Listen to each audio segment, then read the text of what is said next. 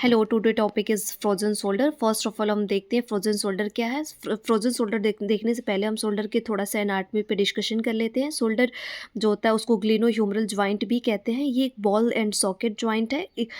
इसमें कौन-कौन से बोन इन्वॉल्व होते हैं, तो हमारा ह्यूमरस हो गया, कॉलर बोन हो गया जिसको हम क्लैविकल या ब्यूटी बोन भी कहते हैं, एक हमारा स्कैपुला हो गया, ठीक है। ये जो हमारा बॉल एंड सॉकेट जॉइंट है, तो इसमें सॉकेट होता है वो कर्व्ड होता है, ठीक है। ये काफ़ी ज़्यादा फ्लेक्सिबल होता है, इसमें काफ़ी ज़्यादा फ्लेक्सिबिलिटी होती है। ये एक अनस्टेबल जॉइंट है, ठीक है। इस शोल्डर जॉइंट का मूवमेंट 360 डिग्री होती है, ठीक है। ये इसमें डिसलोकेशन की चांसेस काफ़ी ज़्यादा होती है हमारे शोल्डर में, ठीक है। अब हम देखते हैं फ्रोज़न शोल्डर है क्या, ठीक है। Frozen shoulder also called adhesive capsulitis. Frozen shoulder को हम एडहेसिव कैप्सुलाइटिस भी कहते हैं। Frozen shoulder is a condition characterized by pain and progressive stiffness of the shoulder joint leading to restrict of both active and passive movement specially external rotation, ठीक है। जो हमारा frozen shoulder होता है वो हमारे शोल्डर ज्वाइंट में pen को अराइज करता है, स्टिफनेस काफ़ी ज़्यादा हमारे शोल्डर ज्वाइंट में हो जाता है, ठीक है। और हम एक्टिव एंड पैसिव मूवमेंट करने में काफ़ी ज़्यादा दिक्कत होती है, स्पेशली एक्सटर्नल रोटेशन करने में सबसे ज़्यादा दिक्कत होती है। ये इसमें जो हमारा मूवमेंट होता है वो रेस्ट्रिक्ट हो जाता है, ठीक है। अब देखते हैं हम इसका कॉज, ठीक है। तो इसका एक प्राइमरी कॉज होता है, एक सेकेंडरी कॉज होता है। जो प्राइमरी कॉज होता है, हमारा कॉज जो होता है, इसका एग्जैक्ट कॉज अननोन होता है, ठीक है। एग्जैक्ट कॉज इसका अननोन होता है, ठीक है। उसके बाद ये मोस्टली जो हमारा डायबिटीज़ पेशेंट होते हैं उसमें काफ़ी ज़्यादा होने के चांसेस होते हैं। एज के साथ भी फ्रोजन शोल्डर होने के चांस होते हैं। जैसे 40 से 60 वर्ष के जो लोग होते हैं, पीपल होते हैं, उसमें भी ये काफ़ी ज़्यादा होने के चांसेस होते हैं। ये more common in female because menopause के कारण फीमेल में भी फ्रोजन शोल्डर होने के चांसेस हैं। इसके लिए मोस्ट प्रोन फीमेल होती है, ठीक है। फीमेल में ज़्यादा देखने को मिलता है अकॉर्डिंग टू मेल। फीमेल में ज़्यादा देखने को मिलता है कंपेयर टू मेल। सेकेंड देखते हैं, सेकेंडरी कॉज इसका देखते हैं सिस्टेमिक, पोस्ट ट्रोमेटिक और पोस्ट इमोबिलाइजेशन, ठीक है। पहले ही बताया कि मोस्ट कॉमन इसका डायबिटिक मेलाइटस होता है।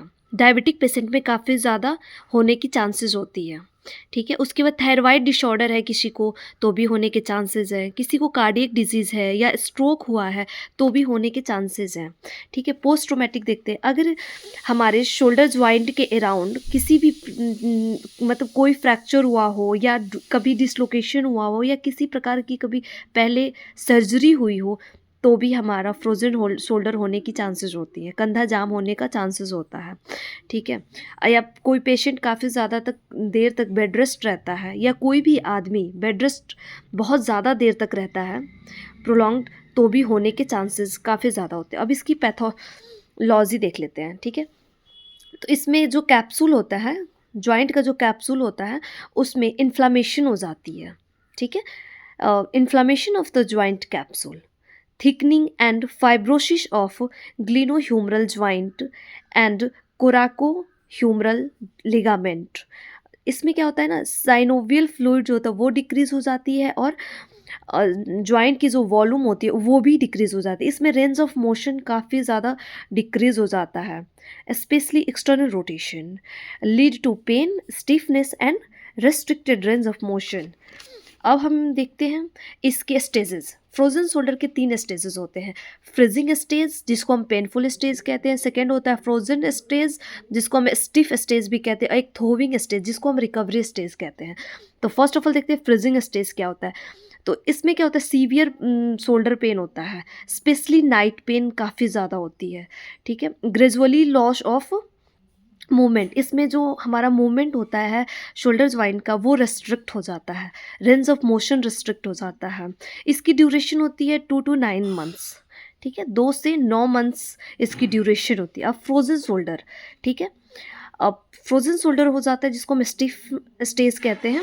इसमें पेन रिड्यूस हो जाता है, पेन कम हो जाती है, लेकिन जो स्टिफनेस होती है वो बनी रहती है, ठीक है? और severe restriction of range of motion, हमारा जो रेंज ऑफ मोशन है वो रेस्ट्रिक्ट ही रहता है, ठीक है? अब इसकी ड्यूरेशन 4 टू 12 मंथ्स होती है।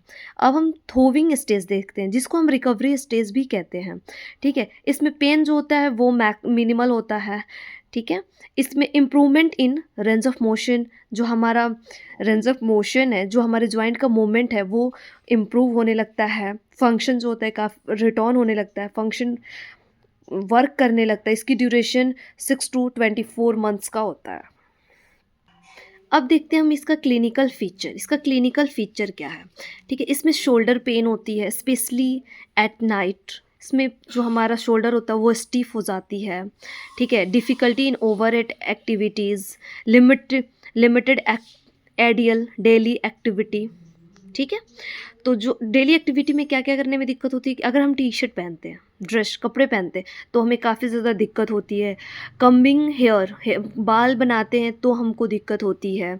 एक्सटर्नल रोटेशन मोस्ट रेस्ट्रिक्टेड, इसमें एक्सटर्नल रोटेशन होता है वो काफ़ी ज़्यादा रेस्ट्रिक्ट हो जाता है। अब देखते हैं हम ऑब्जर्वेशन। अब हम पेशेंट में एग्ज़ामिन क्या करेंगे, इसमें एग्ज़ामिन में फ़र्स्ट ऑफ ऑल करेंगे ऑब्ज़र्व करेंगे कि जो हमारा शोल्डर है, शोल्डर मूवमेंट है वो रिड्यूस्ड है, मसल वेस्टिंग, मसल हमारा लॉस है, ठीक है?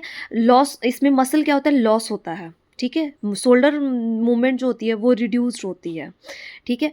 और स्पेशली कौन से मसल लॉस होते हैं, डेल्टॉइड और सुप्रास्पाइनेटस मसल, ठीक है? अब इसके पोस्चर भी देखेंगे हम, ठीक है? अब पाल्पेशन, माइल्ड टेंडरनेस रहेगी और वहाँ पे हल्का हॉट फील होगी या रेडनेस हो ऐसा कुछ देखने को नहीं मिलता है, रेयरली मिलता है, ठीक है? अब हम देखते हैं रेंज ऑफ मोशन, ठीक है?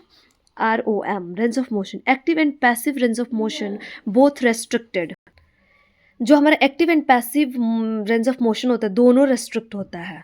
कैप्सुलर पैटर्न में क्या होता है, एक्सटर्नल रोटेशन जो होती है वो कम हो जाती है, अबडक्शन भी डिक्रीज हो जाती है, एक इंटरनल रोटेशन भी डिक्रीज हो जाती है, फ्लेक्शन एक्सटेंशन करने में भी दिक्कत होती है।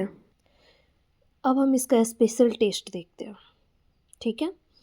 तो इसका नो सिंगल स्पेसिफिक टेस्ट, इसका एक सिंगल स्पेसिफिक टेस्ट नहीं होता है, लेकिन एक एप्लिस टेस्ट भी कर सकते हैं इसमें, ठीक है?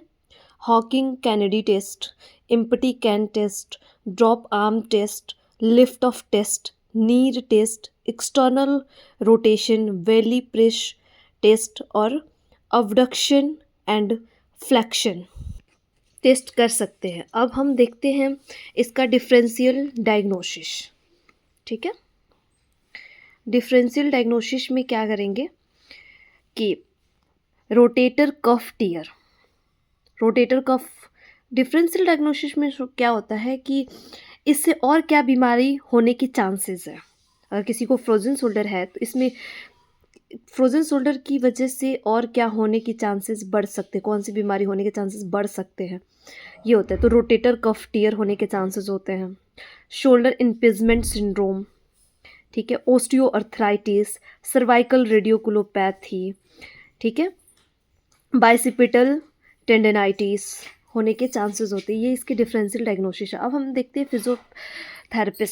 Physiotherapy management. First of all देखेंगे इसके गोल्स को, इसमें क्या क्या करेंगे। तो पहले पेन को रिलीफ करने का कोशिश करेंगे, फिर इसके रेंज ऑफ मोशन को इम्प्रूव करेंगे, अब और रीस्टोर फंक्शन को रीस्टोर करने का कोशिश करेंगे, गोल बनाएंगे, ठीक है? अब देखते हैं हम इसका पेन रिलीफ करने की इसमें क्या क्या मॉडलिटीज़ यूज़ कर सकते हैं। तो हॉट पैक, ठीक है?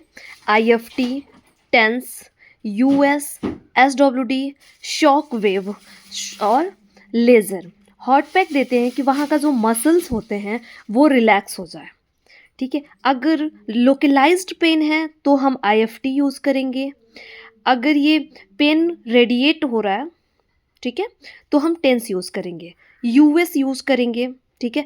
SWD भी यूज़ करेंगे, शॉक वेव इन्फ्लामेशन को रिड्यूस करने के लिए शॉक वेव, और लेज़र भी यूज़ करेंगे। लेज़र यूज़ करते हैं फास्ट हीलिंग के लिए, ठीक है? अब आगे देखते हैं। अब देखते हैं मैनुअल थेरेपी। जो पहले क्या करेंगे कि 2 से 3 दिन तक हम कोई भी एक्सरसाइज नहीं कराएँगे, ठीक है? हम सिर्फ़ और सिर्फ़ मॉडलिटीज़ देंगे, ठीक है? वहाँ के मसल्स को पहले रिलैक्स करेंगे, ठीक है? और पेन को रिलीफ़ करेंगे, पेन फ्री एक्सरसाइज ही कराएँगे। पहले मैनुअल थेरेपी में क्या करेंगे, जॉइंट का मोबिलाइज़ेशन करेंगे, ठीक है? कैप्सुलर स्ट्रेचिंग करेंगे, ठीक है?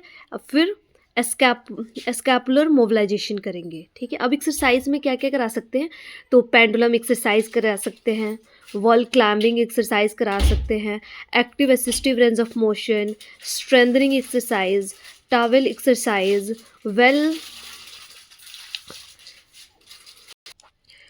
स्ट्रेंथनिंग एक्सरसाइज करा सकते हैं, पुली एक्सरसाइज करा सकते हैं, हीट अप्लाई करेंगे एक्सरसाइज कराने से पहले, ओके? अब इसमें हम इन्वेस्टिगेशन क्या क्या कर सकते हैं, तो हम एक्सरे करा सकते हैं।